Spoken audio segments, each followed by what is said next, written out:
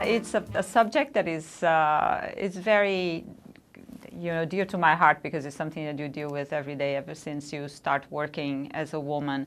I studied engineering and I worked as an engineer as well for the first few years of my life, so that's also very male-dominated. And then working in finance is the same. So ended up getting used to it. I think that there's good things and bad things. You want to be in a place where that is more diverse than where we are. There's some advantages of working with men. I think that men are very direct and very nonsense. But being a woman, I think that the thing that I missed the most was having somebody like you to exchange ideas with, because I think obviously as a woman you have different reactions to situations, and I think that we can work in a man's world for many years, but you're never going to be one of them. And so I think that there's obviously the dealing with situations in a different way, reacting and communicating in a different way, which is, I think, women have sometimes one advantage, but if you're working in a male-dominated world, is very difficult sometimes to get your point across. And the fact that, if you work in a male-dominated world, there's even the social aspects of it are very difficult because, the out-of-hours conversations are going to be about subjects that are very male-oriented, and you do not necessarily have anything to do with that.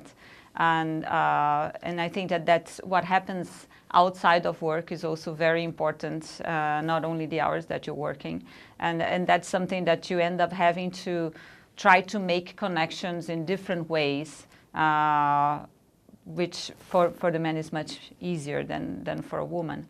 I think that it is a challenge. It continues to be a challenge, and that's why we want to have more equality in leadership. So you have people being able to communicate in different ways all the time. Not only speak one language, but being able to speak all of them.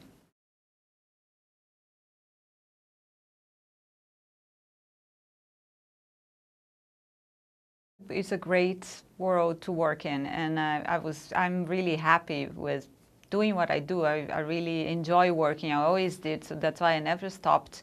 And I tell them there are times in which it's difficult, especially when you have a young family, and you have to divide yourself, and so you go through difficult times in terms of managing your time and feeling like you don't have time to do everything. But I tell them, and I tell them from today, stick with it.